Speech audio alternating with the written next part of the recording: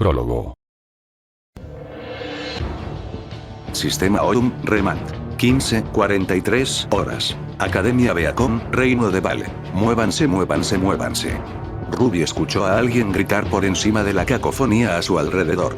Ella ya estaba andando cuando se dio la orden, con su equipo justo detrás de ella.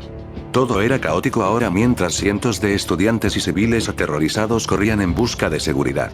Las explosiones y los disparos se acercaban cada vez más, con cada destello seguido por nuevos gritos provenientes tanto de cerca como de lejos. Chicas, vamos. Tenemos que llegar rápido. Ruby insistió mientras atravesaba el mar de personas que la separaban de la batalla. Lo sabemos, Ruby. No todos somos tan rápidos como tú. Weiss respondió indignada, con mi tenaster en mano mientras rápidamente colocaba viales de polvo. Bueno, deberías serlo. La respuesta de Ruby fue seguida por una gran explosión azul que se produjo junto a ella, enviando una ola de calor por todo su cuerpo. Algunas almas desafortunadas que quedaron atrapadas directamente en la bola de fuego fueron incineradas instantáneamente, mientras que otras pudieron escapar con quemaduras. El equipo Ruby estaba lo suficientemente lejos como para que su aura se llevara la peor parte, pero aún así sisearon por el calor. Maldita sea. Jan maldijo, cargando a Ender Celica con proyectiles nuevos de calibre 8. Blake frunció el ceño a su lado, sus orejas felinas se movieron cuando captaron débiles sonidos del suelo chisporroteando donde golpeó el mortero. Al mismo tiempo, comenzó a escuchar un gorjeo ahora reconocible. Con los ojos muy abiertos, vio otro mortero azul arqueándose en el aire, golpeando la pared de un dormitorio y explotando al contacto. Ladrillos quemados y vidrio llovieron desde arriba, dispersando a cualquiera que estuviera debajo, mientras ella veía a un trío de personas agitarse mientras la piel se derretía de sus huesos. Blake, vamos. Jan sacó al fauno de su trance sacudiendo su hombro con urgencia. Con un movimiento de cabeza, Blake echó un último vistazo al edificio en ruinas y endureció su mirada. Las dos compañeras se dieron la vuelta y corrieron detrás de Ruby y Weiss, que ya estaban muy por delante de ellas. Al mismo tiempo, Blake cargó un cargador nuevo en Gambosh Pro, decidido a ponerlo en uso rápidamente. A medida que el equipo Ruby se acercaba más y más a la batalla, las multitudes de personas en pánico comenzaron a disminuir, solo para ser reemplazadas por enjambres de soldados, marines y caballeros atlesianos empuñando varias armas. Algunos iban armados con rifles de asalto, otros con armas de precisión y lanzadores de explosivos. Intercambiaron disparos con el enemigo, agachándose tras una cobertura mientras bolas azules y verdes de fuego líquido se disparaban hacia ellos. Junto a ellos, Ruby vio a algunos cazadores y cazadoras unirse a la pelea, varios de los cuales reconocieron como sus compañeros de estudios. Entre ellos estaban los equipos Free y JNPR, Coco disparando a Gianduja contra las hordas de enemigos, mientras Pirra disparaba tiros de precisión desde Milo. Noda estaba disparando granadas desde Maglindas y a puntos concentrados llenos de invasores, con Jaune y Yatsuashi más abajo en la línea con Fox, Velvet y Ren apuntando a atacar al enemigo de cerca. Pero cuando se terminan estos tipos... Coco se quejó mientras continuaba disparando su minigun, usando su semblanza para aumentar el poder de sus rondas infundidas de polvo. Fiel a su palabra, la horda multicolor y aparentemente interminable de enemigos no parecía detenerse. Ante ellos solo había un mar de pequeños artrópodos con armadura naranja, carmesí o verde. Se podían ver algunos con armadura negra aquí o allá, pero fueron fácilmente ahogados. No lo hacen, ese es el punto. Son solo carne de cañón. Señaló Weiss mientras convocaba un glifo frente a ellos, formando una pared de hielo justo cuando otra andanada de fuego se acercaba hacia ellos. El hielo se derritió y siseó cuando el vapor se elevó a la atmósfera, uniéndose al humo negro que llenaba el aire con una densa niebla tóxica. Ruby asintió apreciativamente hacia su compañero, luego extendió Crescent Rose en toda su longitud, disparó una bala y usó su semblanza para desaparecer en una ráfaga de pétalos de rosas rojas. Se elevó en el aire hasta un punto de vista más alto y, una vez que estuvo satisfecha, se tumbó boca abajo sobre una viga de soporte y apuntó. Ruby pudo ver casi toda la batalla desde aquí, se dio cuenta mientras enfocaba su atención a través de su mira. Casi todo Beacon estaba rodeado por este punto, encerrado en un círculo cada vez más estrecho. Los invasores estaban compuestos casi en su totalidad por pequeños artrópodos, pero pudo ver varias otras especies en la mezcla.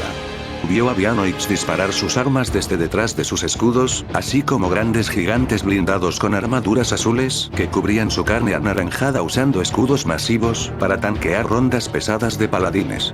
o al menos intentarlo. Por lo que podía ver, 1 o 2 disparos del cañón de energía de un paladín o de sus cápsulas de misiles fueron suficientes para derribar a uno de los gigantes, pero había tantos que el número de paladines había disminuido drásticamente desde el comienzo de la batalla. Pero Ruby estaba más centrada en sus líderes. Eran altos y llevaban una armadura sencilla pero ornamentada que cubría la mayor parte de su cuerpo. No estaba lo suficientemente cerca para escuchar lo que decían mientras gritaban órdenes a sus tropas, pero a Ruby no le importaba. Reconoció a los líderes cuando los vio, por lo que apuntó a Crescent Rose a una cabeza expuesta y disparó. El cuerpo del invasor parpadeó de color azul cuando algo que lo rodeaba pareció romperse, y la cabeza explotó en una nube de sangre y huesos de color púrpura. Ruby rápidamente disparó otro tiro, matando a otro antes de que el resto se pusiera a cubierto, impidiéndole conseguir más. Ella maldijo en voz baja justo cuando algunos de los avianoids que empuñaban rifles largos notaron su posición y apuntaron. Con los ojos muy abiertos, Ruby salió rodando de la viga de soporte justo cuando tiros finos como agujas se dispararon donde ella había estado unos segundos antes. Algunos intentaron seguirla, pero Ruby se alejó antes de que pudieran disparar con precisión. Cuando llegó al suelo, se encontró casi inmediatamente bajo fuego. El muro levantado apresuradamente por Ace se estaba desmoronando rápidamente por el fuego enemigo, y los soldados y cazadores intentaban retirarse. En lo alto, escuchó el zumbido de los aviones enemigos que ametrallaban contra ellos, lanzando explosivos verdes hacia un escuadrón de soldados. Al ver esto, los ojos de Yang se pusieron rojos cuando terminó de golpear en la cara a un líder enemigo para agarrar un lanzacohetes desechado. El avión bulboso de color púrpura se dirigía hacia otra pasada, y Yang rápidamente cargó tubos nuevos antes de apuntar. Cuando la retícula de objetivo comenzó a fijarse en la firma de calor del caza, el dedo de Yang se mantuvo sobre el gatillo. Mastica esto, alienígena hijo de puta, siseó Yang una vez que el cohete estuvo completamente fijado.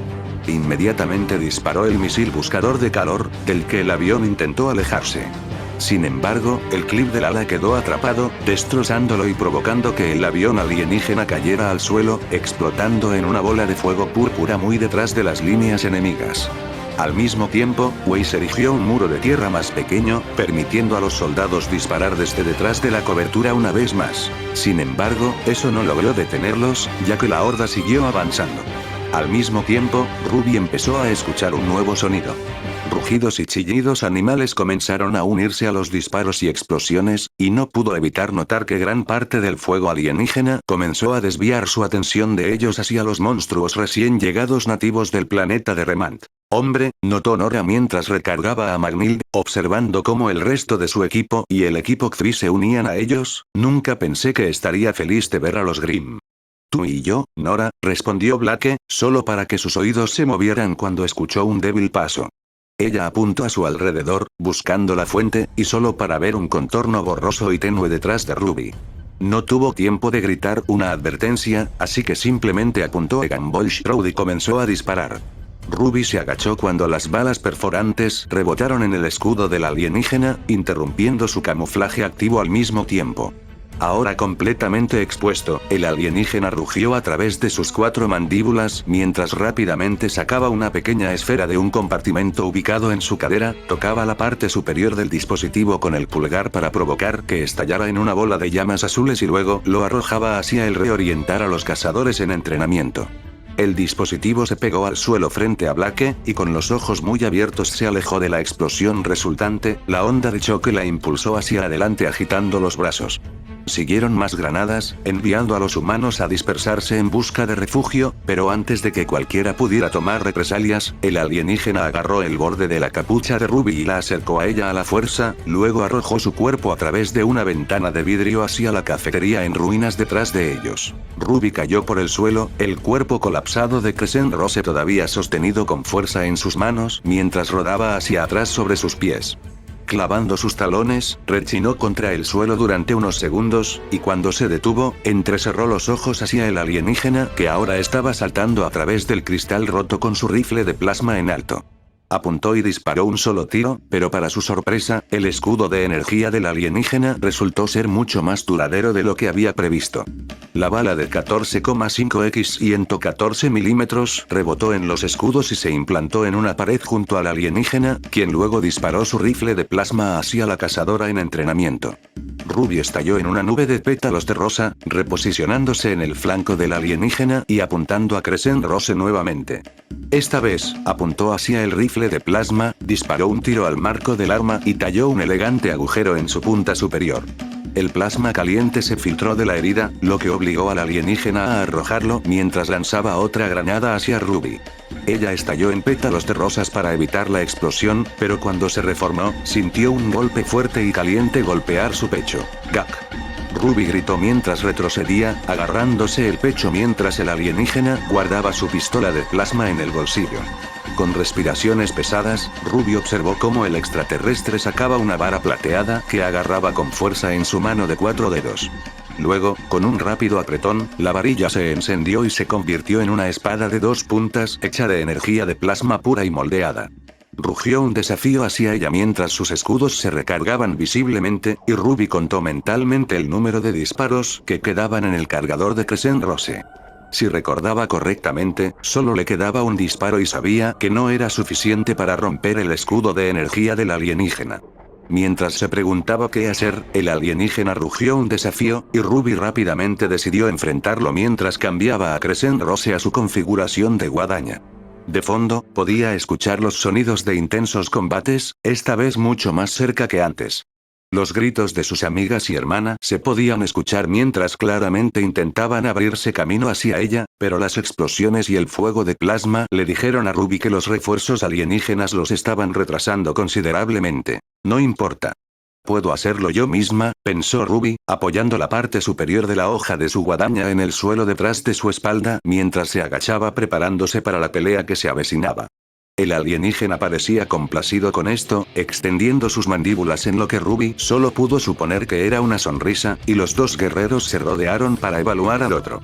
Luego, al mismo tiempo, se detuvieron y cargaron el uno hacia el otro, Ruby en una explosión de pétalos de rosa y el alienígena con unos poderosos pasos de sus patas digitígradas. Ruby se reformuló frente al alienígena, ya balanceando a Crescent Rose hacia su cabeza, pero el alienígena se agachó hábilmente mientras balanceaba su espada de energía horizontalmente hacia el estómago de Ruby. Ella retrocedió, no queriendo ser golpeada por la espada de energía, incluso si estaba segura de que su aura la protegiera, incluso cuando estaba parcialmente agotada por un disparo de pistola de plasma sobrecargado, podría soportar el golpe. Las simulaciones de los wargames demostraron que esas cosas pueden herir y matar cuando se les da la oportunidad, y Ruby no tenía intención de darle esa oportunidad a su oponente. Blandió a Crescent Rose nuevamente, esta vez extendiendo la hoja de la guadaña detrás del cuerpo del alienígena antes de retirarla rápidamente, con la intención de cortar al alienígena por la mitad.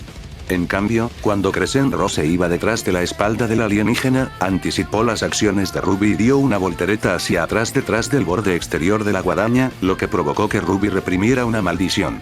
Retirando su arma, Ruby cargó hacia adelante nuevamente, inclinándose hacia atrás y deslizándose sobre sus rodillas bajo un golpe de espada, mientras ella contraatacaba con un movimiento hacia arriba de la parte trasera de su arma. Esta vez el ataque hizo contacto, cortando al alienígena y enviando su cabeza hacia atrás. Luego, antes de que Ruby pudiera siquiera pensar en seguir adelante, el alienígena pateó violentamente a Ruby en el pecho, quitándole el aire de los pulmones y enviándola volando hacia un pilar parcialmente destruido. ¡Off! Gruñó mientras caía sobre su trasero. Frotándose brevemente la espalda donde se estrelló contra la piedra, miró al alienígena en recuperación mientras se ponía de pie. Su mente se aceleró. Claramente, incluso con su aura, el extraterrestre era más fuerte y tenía más experiencia que ella. Alguien como Yang Nora podría igualar o incluso superar al alienígena en poder puro y bruto, pero esa nunca fue la fuerza de Ruby. Eso se debía a su velocidad y maniobrabilidad, que podía decir que eran muy superiores a las del guerrero alienígena que estaba frente a ella con su espada de energía lista. Si iba a vencer a esta cosa, tenía que seguir sus reglas, no las suyas. Con eso en mente, Ruby corrió hacia adelante nuevamente, al principio solo corrió cuando el alienígena la encontró de frente. Sin embargo, antes de que sus armas pudieran chocar, Ruby estalló en pétalos y se acercó a la espalda del alienígena, blandiendo su arma al mismo tiempo. Justo antes de que la guadaña pudiera hacer contacto, el alienígena se giró y detuvo el ataque, golpeando a Ruby en la cara al mismo tiempo con suficiente fuerza como para hacerla retroceder. Siguió con otro golpe, esta vez vertical, pero Ruby se movió hacia un lado en una rápida explosión de pétalos y cortó a Crescent Rose en el estómago del espadachín alienígena. Para su disgusto, el escudo de energía de la criatura crujió al repeler el golpe, pero el alienígena retrocedió para poner algo de distancia entre ellos. Ruby se negó a permitir que eso sucediera y, en cambio, se lanzó hacia el extraterrestre para balancear a Crescent Rose una vez más. Para su sorpresa, sin embargo, el alienígena anticipó su movimiento. Porque cuando reapareció, rápidamente tuvo que alejarse para no ser apuñalada con la espada de energía. Siguió los pétalos mientras ella se reformateaba, provocando que un golpe de refilón golpeara su costado. Un calor intenso subió por su cuerpo desde donde la espada hizo contacto, y Ruby tuvo que contener las lágrimas mientras se alejaba. Por mucho que su aura trabajara para prevenir el daño físico, hizo poco para aliviar el dolor y, como estaba descubriendo, el verdadero problema era magnitudes superiores a cualquier cosa para la que Wargames la había preparado. Aún así, siguió adelante, golpeando a Crescent Rose en el hombro derecho del alienígena en un esfuerzo por posiblemente desalojar su arma. Sin embargo, su agarre era demasiado fuerte y el alienígena atacó a Ruby con el hombro en represalia. Ella tropezó hacia atrás, apenas logrando mantenerse en pie, pero el alienígena no le dio la oportunidad de recuperarse ya que estaba cargando contra ella nuevamente. Ruby giró a Crescent Rose hacia las piernas del alienígena, pero para su sorpresa, no intentó saltar. En cambio, en un movimiento rápido y hábil fruto de años de práctica y experiencia, se agachó y agarró el eje de Crescent Rose cuando la hoja pasó por encima. Con los ojos muy abiertos, Ruby intentó alejar su arma, pero su agarre era demasiado fuerte. No se movía, y sus grandes ojos plateados miraron en shock silencioso el resplandor ámbar del alienígena. Con un fuerte tirón, el alienígena atrajo a Ruby hacia sí mismo, pateándola violentamente mientras mantenía su control sobre Crescent Rose. El golpe fue suficiente para aflojar su agarre y sintió que Crescent Rose se le escapaba de los dedos mientras volaba hacia atrás y golpeaba una mesa de madera aún intacta, rompiéndola en miles de diminutas astillas. Con su aura parpadeando peligrosamente, Ruby luchó por ponerse de pie, solo para sentir un fuerte agarre alrededor de su garganta y la levantó en el aire sin esfuerzo. Ruby. Escuchó a alguien gritar, pero Ruby estaba concentrada en el extraterrestre que tenía delante. Su escudo parpadeó mientras intentaba recargarse, pero al alienígena no parecía importarle. Rugió en su cara, sus 4 mandíbulas se abrieron de par en par para que ella pudiera mirar su garganta, luego levantó su espada hacia atrás para un último golpe. Ruby pateó y golpeó con todas sus fuerzas, pero fue inútil. El alienígena no se movía, pero Ruby siguió luchando con ella con todas sus fuerzas. El alienígena pareció impresionado por esto y se preparó para terminar la pelea mientras Ruby le gritaba desafiante en la cara. De repente, sonó un gran estallido que golpeó la espalda del extraterrestre. Sorprendido, se dio la vuelta justo cuando otro disparo rompió el escudo. Por el rabillo del ojo, todavía cautiva por el extraterrestre, Ruby vio a un sargento marín de piel oscura con una armadura verde caminando hacia el extraterrestre empuñando nada más que una escopeta de bombeo. ¿Cómo te va?, preguntó el sargento mientras guardaba un proyectil y luego disparaba otra bala directamente al pecho. Luego, para alivio de Ruby, el hielo comenzó a expandirse desde el punto de contacto, congelando rápidamente al alienígena antes de que pudiera siquiera intentar dispararle al hombre. Ruby rápidamente rompió el brazo congelado que la sostenía en alto fuera del cuerpo del alienígena, dándole al sargento espacio para disparar otra bala a su cabeza, rompiéndola y dejando el cuerpo intacto como una macabra escultura de hielo. Respirando pesadamente, Ruby observó cómo el sargento asintió apreciativamente, luego colocó su escopeta en la funda magnética en su espalda antes de acercarse para echarle una mano a Ruby. «Vamos, Ruby», dijo el sargento mientras ayudaba a Ruby a ponerse de pie. Una pequeña experiencia cercana a la muerte por parte de un cabeza de calamar no es suficiente para deprimirte. ¿O sí? Lo sé, tío Avery, gimió Ruby mientras levantaba a Crescent Rose. Luego vio una bandada de pelicans aterrizar cerca de ellos, depositando nuevos marines mientras los Hornets se unían a los Buleads para lanzar una lluvia de fuego sobre los invasores de abajo. El sargento Avery Johnson simplemente se rió entre dientes y revolvió el cabello de su sobrina honoraria, para consternación de Ruby, justo cuando el resto del equipo Ruby, JNPR y Xvi se reunieron con ellos. Tío A. Fue muy amable de tu parte que finalmente aparecieras, dijo Jan, con una sonrisa alegre en su rostro. ¿Y trajiste a la caballería?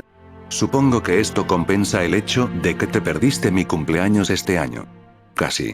Lo sé, y me duele el corazón cada vez que pienso en esa farsa, comenzó Johnson, indicando a un pelicán que depositara su carga junto a ellos. Con un fuerte sonido metálico, un vehículo grande cayó al suelo, lo que le permitió a Johnson subirse a él mientras atraía toda la atención hacia él. Pero verás, Jan, encontré una manera de compensarte. Ahora, cuando era un niño, mi mamá me dijo, Avery J. Johnson, cuando seas adulto, te voy a dar un auto y así, cuando cumplí 18 años, ella cumplió su palabra, porque era una señora con clase, y me consiguió un auto, pero no cualquier auto, no, ella quería que su pequeño estuviera a salvo, y como cualquier marine de sangre verde. Te diré que no hay nada mejor, más lujoso, más sofisticado y más resistente que un M12 Warthog. Ahora. Un grupo de marines que corrían hacia las líneas de batalla gritaron de acuerdo, levantando el ánimo de todos y causando que Jan se mareara, pero Johnson no había terminado. Pero ahora, 51 años después, los tiempos han cambiado. La galaxia es un lugar mucho más peligroso. Nunca se sabe qué bastardo alienígena infame e inhumano podría aparecer por la esquina. Así que, por mucho que amaba a mi precioso Og, yo en lugar de eso, elegí seguir los pasos de mi amada mamá y conseguirle a mi sobrina honoraria el automóvil más seguro y potente del arsenal de Lunsk. Jan, anunció Johnson mientras señalaba el vehículo debajo de él, saluda a tu nuevo tanque de batalla principal M808C Escorpión, recién salido del lote. Esto es 66 toneladas de blindaje de titanio y cerámica, capaz de sobrevivir a las condiciones más duras. Incluyendo la mejor potencia de fuego que el Covenant tiene para ofrecer. Con su cañón principal M512 de 90 mm, puedes eliminar las armaduras más resistentes del Covenant, y si quieres llevar a tus amigos a pasar una noche en la ciudad, tiene espacio para 4 pasajeros. Y un solo artillero junto con la ametralladora coaxial M247T. Oh. Dios mío, exhaló Jan mientras Johnson saltaba del tanque y le daba una palmada en el hombro. Adelante, señorita. Llévela a una prueba de manejo, dijo Johnson. Jan no necesitó que se lo dijeran 2 veces ya que prácticamente saltó al tanque, abrió la cabina y enganchó su cordón neuronal a los componentes electrónicos de a bordo. Escuchó el motor rugir y el escorpión vibrar, y no pudo evitar empezar a reír mientras una sensación cálida y placentera llenaba su alma. Oh sí. Declaró Jan mientras comenzaba a impulsar al escorpión hacia adelante, atravesando los restos de la pared de hielo. Cuando comenzó a disparar su arma principal hacia el ejército alienígena, Johnson se volvió hacia el resto del pelotón. Ahora, para el resto de ustedes. Johnson ladró. Quiero asegurarme de que la noche de mi sobrina en la ciudad sea divertida y agradable. Así que, hagan las maletas, niños y niñas, porque irán con ella a cruzar ese campo y volar a cualquier hijo inhumano. Cabrón que es lo suficientemente tonto como para interponerse en su camino. Tengo razón, marines. Señor, sí señor. Los marines gritaron en respuesta. Pensando en el mes del infierno cuando Johnson se hizo cargo del entrenamiento de combate de Glinda Godwich, los estudiantes de Huntsman no pudieron evitar gritar también. Luego, casi de inmediato, los soldados, cazadores y cazadoras corrieron para enfrentar a los alienígenas de frente, dejando atrás a Johnson y Ruby. Johnson inclinó la cabeza para mirar a Ruby con una mirada inquisitiva, sabiendo ya por qué ella seguía allí en lugar de unirse a la pelea. Tío Avery? Ruby preguntó en voz baja, moviéndose ligeramente y frotándose las manos. Ya que, ya sabes, se acerca mi cumpleaños, bueno tú sabes. Johnson no pudo evitar reírse para sí mismo. De hecho, lo hice. Justo por aquí. Johnson llevó a Ruby hacia una caja grande que estaba en manos de otro infante de marina, quien se lo entregó al sargento Johnson antes de salir corriendo para unirse a los demás. Luego, el sargento se giró para mirar a Ruby y la abrió para revelar un cañón grande, de contorno suave y montado en el hombro. Ahora, no sabes ni quieres saber cuántas solicitudes fueron necesarias para conseguir esto, pero deleita tus ojos, mi compañera aficionada al armamento fino, con el arma /antivehículo modelo 6 Grindel /rifle no lineal Galileo. Johnson le entregó el cañón a Ruby, ayudándola a montarlo en su hombro donde el metal verde oliva se partió horizontalmente para revelar un tubo semitransparente del ancho de un puño, y dirigió su atención hacia un caza alienígena que pasaba. ¿Ahora, ves ese Banshee?, preguntó Johnson, a lo que Ruby asintió. Solo mantén tu vista apuntado hacia él y mantén presionado el gatillo. Bien. Ruby respondió emocionada, haciendo lo que se le indicó. Al principio, no pasó nada más que el parpadeo de un pequeño láser de puntería que salía del cilindro central. Pero, con cada momento que pasaba, el láser se hizo más grande y el zumbido de la batería se hizo más fuerte antes de que finalmente un gran e intenso rayo láser rojo surgiera del Spartan Láser y golpeara a la desprevenida Banshee en el casco central a la velocidad de la luz. Explotó en una bola de fuego púrpura y Johnson sonrió con orgullo mientras le daba unas palmaditas en el hombro a Ruby. Entonces, ¿qué piensas?, preguntó. Ruby no respondió y, al principio, Johnson pensó que no decía nada. Pero luego comenzó a escuchar algo débil y pronto se dio cuenta de que era el sonido de Ruby chillando tan agudo que apenas era audible para el oído humano. Sin embargo, cuando Ruby finalmente notó que todos los ojos estaban puestos en ella, se detuvo y asintió. Luego miró a su alrededor y rápidamente encontró a su tío Crow desembarcando de una nave Pelican recién llegada, vestido con su armadura Artemis negra y plateada, y se concentró en él. Cuando notó su mirada y se detuvo para mirarla, Ruby comenzó a hablar mientras agarraba con fuerza el Spartan Láser. Tío Crow, lo siento, pero el tío Avery te ha reemplazado oficialmente como el tío más genial, declaró. Luego, sin decir una palabra más, Ruby desapareció en una ráfaga de pétalos de rosa, dejando atrás a un Johnson victorioso y a un Crow resignado suspirando de disgusto. Ya se me ocurrirá algo para superar eso, murmuró Crow para sí mismo antes de salir corriendo. Johnson asintió con la cabeza hacia su hermano de armas y luego se enfrentó al resto de las tropas. Ahora, todos los novatos que querían ver al Covenant de cerca. Este es su día de suerte.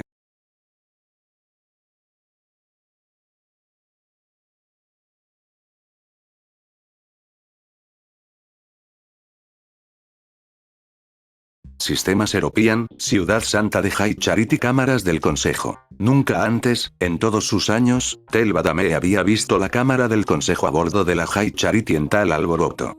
Los concejales Sansium y Sangeili gritaban por encima de las cabezas de los demás, su ira dirigida hacia un solitario Giralanae parado ante los altos profetas. Los profetas de la verdad, piedad y del pesar parecían dispuestos a dejar que esta conmoción continuara por el momento, pero Tel solo deseaba que terminara.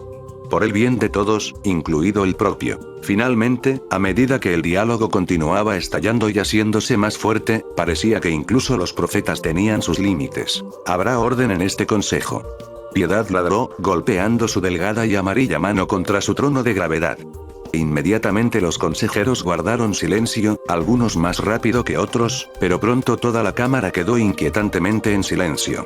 Solo se podían escuchar débiles sonidos de respiración, pero Tel no pudo evitar notar que Giralanae estaba extrañamente tranquilo a pesar de las acusaciones formuladas en su contra. Honorable, en cierto modo, pensó Tel, pero no se atrevió a expresar su opinión. Maestro de flota Burpollón, comenzó el alto profeta de la verdad, su voz sedosa apenas enmascaraba su incuestionable desprecio por los Giralanae que tenía ante él. Usted está acusado ante el Consejo de cobardía y de no completar la misión asignada a la flota de la retribución gloriosa. Misión destinada a destruir el mundo natal de los Hunters de la humanidad, que durante los últimos 10 ciclos anuales ha impedido en gran medida, si no estancado, nuestra justa cruzada. Antes de decidir sobre su destino, exigimos saber qué sucedió exactamente. Entiendo, jerarcas, respondió Burpollón, levantándose erguido. ¿Tú? Preguntó Pesar, inclinándose hacia adelante. Si no recuerdo mal, maestro de flota, ¿no se te asignó el mando de la flota de la Retribución Gloriosa antes de la invasión? Ese honor pertenecía al maestro de flota Kirbitinee. Eso es correcto, confirmó Burpollón, pero cuando cayó en batalla después de que una construcción humana se coló a bordo de su buque insignia, yo era el capitán de barco de mayor rango. Así que asumí el mando. El fracaso de la invasión recae sobre mí. ¿Cómo, exactamente, fracasó la invasión? Kirbitinee fue uno de nuestros mejores estrategas, por lo que parece extraño que su flota fracase tan completamente, señaló Piedad. Tel asintió, estando de acuerdo con esa evaluación, pero algo le dijo al comandante supremo que Burpollón tenía una respuesta. De hecho, asintió Burpollón antes de continuar, el plan en sí era simple pero grandioso. Después de destruir las defensas humanas en órbita, debíamos cristalizar el planeta y extinguir a los humanos que se encontraban debajo. Cuando comenzó la invasión, logramos la supremacía orbital. Pero no hasta después de perder casi un tercio de la flota en sus plataformas de defensa orbitales. Entonces, ¿por qué el maestro de flota Kirby Tinee no vidrió el planeta cuando tuvo la oportunidad y en su lugar ordenó una invasión terrestre de los principales centros de población humana? Preguntó Pesar, estirando su largo y serpentino cuello hacia atrás. En nuestro acercamiento al planeta, las luminarias de nuestra flota comenzaron a captar débiles señales de artefactos Forerunner en la superficie del planeta, explicó Burpollón. Los ojos de Tel se abrieron al darse cuenta justo cuando comenzaron a formarse murmullos en el consejo. Una vez que los confirmamos, el maestro de flota Kirby Tinee ordenó una invasión terrestre a las ciudades humanas donde estaban alojados, con la intención de asegurar los artefactos para su recuperación y permitirnos proceder con el vidriado del planeta. Sin embargo, una vez que llegamos a la superficie, inmediatamente empezamos a encontrarnos con un problema tras otro. Burpollón hizo una pausa, luego respiró hondo antes de continuar. El planeta, que los humanos llamaron Remnant, era de hecho el mundo natal de sus cazadores. La mayor concentración de ellos que jamás habíamos visto, desde jóvenes aún en entrenamiento hasta ancianos veteranos que los comandaban, nos encontró de frente tan pronto como desembarcamos. Es más, no esperábamos a las bestias de las sombras. ¿Bestias de las sombras?, preguntó Pesar. Criaturas monstruosas que parecían ser nativas del planeta. No estaban bajo el control de nada y atacaron tanto a humanos como a Covenant, aclaró Burpollón. Los cazadores parecían haberse acostumbrado a su agresión desenfrenada y la usaron contra nosotros, lo que convirtió la invasión en una guerra a tres frentes. ¿Simples bestias pudieron obstaculizar tanto tus esfuerzos?, Piedad sondeó, sacudiendo la cabeza con incredulidad. Me parece muy improbable. Al principio, sentimos lo mismo. Pero las bestias de las sombras eran innumerables. Parecían no tener ningún concepto de autoconservación y se lanzaron de cabeza a nuestras filas. Si bien muchas fueron eliminadas fácilmente por su cuenta, había muchos de ellos que a veces parecían convertir la Tierra en una masa negra cambiante. Su presencia y hostilidad eran tan omnipresentes que parecía como si el planeta mismo nos quisiera muertos, y sus capacidades eran antinaturales. Burpollón frunció levemente el ceño. Algunos de ellos eran lo suficientemente fuertes como para sobrevivir incluso a nuestros armamentos terrestres más poderosos y continuar cargando. Había uno, en particular, que era del tamaño de una pequeña montaña, que surgió de la cima de una montaña cercana para enfrentarse a una corbeta pesada que se cernía sobre una ciudad. Cuando logramos matarlo, el daño era lo suficientemente grave como para obligar a retirar el barco para su reparación. Tel tarareó para sí mismo.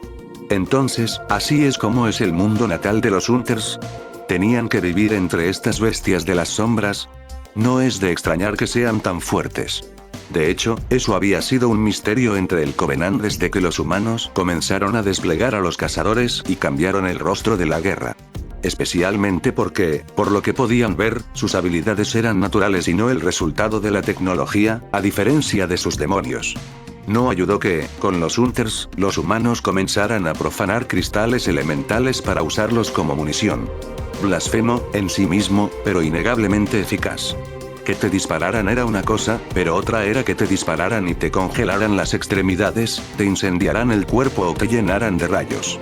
Una ventaja que en realidad permitió que sus primitivos proyectiles compitieran con el armamento de plasma adecuado. Unos pocos siglos después de la invasión, continuó Burpollón, después de que nuestras fuerzas terrestres fueran constantemente repelidas, el maestro de flota Kirby Tinee cayó y su nave fue destruida. Como tal, cuando asumí el mando, ordené a nuestras fuerzas que se retiraran del planeta. Donde comenzaríamos a vidriar partes del planeta que no albergan los artefactos. La intención, entonces, era asfixiar a los humanos en la superficie del planeta, haciéndolo inhóspito para ellos y ayudando enormemente a nuestros esfuerzos de asedio.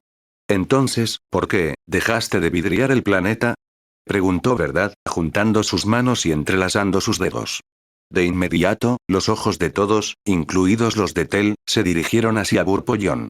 Para ligera sorpresa de Tel, el ceño fruncido del Jiralanae había sido reemplazado por una expresión de arrepentimiento y penitencia, y no pudo evitar preguntarse qué pasaba por la cabeza de Burpollón. Cuando comenzamos a cristalizar el planeta, Burpollón hizo una pausa, obviamente pensando cuidadosamente en sus siguientes palabras. Algo le dijo a Tel que, dependiendo de cómo los redactara el maestro de flota Jiralanae, su vida y su destino se decidirían en ese momento. Los jerarcas obviamente estaban cada vez más impacientes, y enderezándose la espalda, Burpollón habló una vez más. Durante la cristalización cubrimos que el planeta Remnant era, en verdad, un bastión sagrado. Un pesado silencio invadió la sala del consejo. Los Sansium estiraron el cuello hacia atrás mientras los Sangeili golpeaban sus mandíbulas. Para Tel estaba claro que muchos no creían en los Jiralanae. Incluso él tuvo que admitir que la afirmación era sospechosa. Una afirmación audaz, declaró verdad acercando su trono de gravedad un poco más al frente de la plataforma en la que él y los otros dos jerarcas se posicionaron. ¿Tienes alguna prueba de lo que dices? Por supuesto, dijo Burpollón, señalando con la cabeza un compartimento en su empuñadura. ¿Puedo? Adelante, procede, asintió verdad. Tel sabía que todo era parte del teatro. La ilusión de ser justos cuando, en realidad, el resultado de este juicio estaba determinado desde el principio. Burpollón, lo entendiera o no, asintió y luego sacó un dispositivo esférico. Tel lo reconoció como un proyector holográfico e instantáneamente se dio cuenta de lo que iba a mostrar el Jiralanae. Burpollón activó el proyector, dándole vida y provocando que una imagen holográfica de este remanente cobrara vida. A juzgar por la falta de vitrificación, la imagen fue tomada antes del vidriado, pero se podía ver su belleza incluso desde aquí. Estaba compuesto por 4 continentes, vagamente formados como grandes bestias, con vastas masas de agua rodeándolos. No muy diferente a muchos de los planetas que la humanidad había colonizado. Él, al igual que muchos otros comandantes del Covenant, había llegado a la conclusión de que el mundo natal de la humanidad era un tipo de mundo similar. Luego la imagen cambió y los ojos de Tel se abrieron como platos al ver la magnitud del bombardeo de plasma. Burpollón tenía razón. De hecho, había acristalado áreas del planeta que no estaban cubiertas por sus enormes ciudades. Gran parte de la mitad desértica del continente más grande quedó reducida a cristal, al igual que los continentes noroccidental y septentrional. En particular, los glaciares de la tundra septentrional se habían derretido en su mayor parte, lo que provocó que el lecho marino restante aumentara espectacularmente. La mitad oriental del continente más grande resultó relativamente intacta, probablemente debido a que el mayor nivel de resistencia humana se concentró en esa área general. El continente oriental, sin embargo, hizo que los ojos de Tel, que ya estaban muy abiertos, casi se salieran de sus órbitas y sus fosas nasales se abrieran por la sorpresa. No fue la magnitud del daño en el vidrio lo que lo puso nervioso. De hecho, el daño fue relativamente menor en comparación con los otros continentes. En cambio, su atención se centró en el gran mar interior que alguna vez formó el corazón del continente. Después del vidriado, ahora se había evaporado por completo, dejando al descubierto el sedimento que una vez contuvo el mar. Además de las extensas estructuras Forerunner que se encontraban directamente debajo de él. Inmediatamente, la cámara del consejo estalló en un nuevo caos. Todos gritaban, e incluso las expresiones normalmente serenas de los jerarcas se vieron brevemente empañadas por pura incredulidad y conmoción. «Has desfigurado un bastión sagrado». Un concejal Sansiun gritó indignado. «Herejía». Un Sangeili hizo eco, y a la voz se unió un coro de otros que comenzaron a pedir la cabeza del Jiralanae. Tel no se unió a ellos porque simplemente estaba demasiado sorprendido para responder. ¿Los Hunters eran nativos de un bastión sagrado? ¿Cómo? ¿Por qué? Para el comandante supremo no tenía ningún sentido. Es más, si Remnant realmente era un bastión sagrado, como afirmó Burpollón, ¿por qué no habían entrado en contacto con las bestias de las sombras antes en los otros bastiones sagrados encontrados en la gran historia del Covenant? De hecho, lo hice, admitió Burpollón, la vergüenza se filtró fácilmente en su voz. Una vez que descubrimos la verdad, detuvimos inmediatamente todos los bombardeos de plasma. Las tripulaciones y los artilleros comenzaron entonces a autoflagelarse como penitencia, incluyéndome a mí. Otros se suicidaron, y aquellos que no hicieron ninguna de las dos cosas ahora están muertos. Los ojos de Tel de repente fueron atraídos hacia la espalda del Jiralanae. Fiel a su palabra, vio varias heridas recientes atravesando su espalda. Verdad pareció notar esto también y asintió lentamente. Ya veo, dijo el profeta de la verdad, deteniendo todas las discusiones posteriores en el consejo. Capitán de flota, ¿por cuánto tiempo buscó penitencia? Me azoté 7 veces por cada minuto que mi mano dañaba el bastión sagrado. Los demás también lo hicieron, y solo unos pocos de nosotros sobrevivimos a la prueba sagrada. Entonces puedo aceptar tu penitencia, proclamó Verdad. Creo en tus palabras de que no sabías que Remnant era un bastión sagrado. Si lo hubieras sabido, sin duda no te habrías atrevido a desfigurarlo. Sin embargo, lo que no puedo perdonar es tu posterior decisión de abandonar el planeta. Tel sabía que aquella era otra parte del espectáculo. Los jerarcas proclamarían el perdón de Burpollón, lo enviarían de regreso a su nave y luego enviarían a la sombra silenciosa para eliminarlo a él y a su tripulación. Muchos comandantes en la historia del Covenant habían corrido este destino, algunos de los cuales tomaron medidas drásticas en un esfuerzo por salvarse. Solo uno logró triunfar. Tel se preguntó qué haría Burpollón, suponiendo, por supuesto, que entendiera las verdaderas intenciones de Truth. Créanme, nobles jerarcas, que no era mi intención hacerlo, insistió Burpollón. Una vez que terminamos de buscar penitencia, comenzamos a planificar nuestro contraataque cuando llegaron refuerzos humanos, lo que nos obligó a luchar una vez más por la supremacía orbital. Otro tercio de la flota fue destruida antes de que diera la orden de retirarme. Todavía eran casi 50 de los mejores buques de la Armada Covenant, argumentó Piedad señalando con su dedo arrugado al girar la nave. ¿Por qué no te quedaste y luchaste hasta el final, como lo habría hecho tu antiguo maestro de flota? Te quedaban 10 naves, incluido tu buque insignia. No veo ninguna razón por la que no deberías haber continuado, dada la importancia de tu misión. Burpollón hizo una pausa y una nueva expresión se formó en su rostro. Tel lo reconoció de inmediato, ya que era uno que varios de sus hermanos mostraban cuando se encontraban con algo santo y sagrado. Tel se preguntó qué era exactamente lo que causaba que los Jiralanae se comportaran de esta manera, al igual que los jerarcas. Mientras luchábamos contra la segunda flota humana, la luminaria de mi nave Pious Catedral detectó la presencia de otro artefacto Forerunner. A diferencia de los demás, este estaba muy lejos de cualquier centro de población humana importante, en lugar de eso se encontró en lo profundo del territorio de las bestias de las sombras. Yo mismo conduje un destacamento hasta la superficie, con la intención de asegurarla, y lo que encontré allí exigía nuestro regreso inmediato a Gran Caridad. ¿Y qué podría ser eso? Preguntó el profeta del pesar, inclinándose hacia adelante y clavando sus ojos en los de Burpollón. Para sorpresa de Tel, Burpollón miró hacia atrás, luego se giró hacia un lado y señaló con el brazo hacia la entrada de la cámara del consejo. Un oráculo viviente, declaró Burpollón, provocando que las puertas se abrieran. Fuertes jadeos llenaron la habitación cuando un par de Sangheili entraron, custodiando con reverencia una figura solitaria entre ellos. Los ojos de Tel se abrieron cuando vio a la criatura. Parecía ser una mujer, con su cuerpo delgado y esbelto, y a primera vista supuso que era una humana. Sin embargo, al mismo tiempo, estaba claro que no lo era, ya que algo en su presencia pareció llenar la cámara como un repentino pozo de gravedad, sofocándolos bajo su peso mientras ella se deslizaba silenciosamente hacia adelante. Se revelaron más diferencias físicas a medida que se acercaba, como su cabello pálido como la ceniza y su piel que no coincidía con ninguno de los fenotipos humanos que habían observado, incluso las variaciones más coloridas dentro de las filas de los Hunters.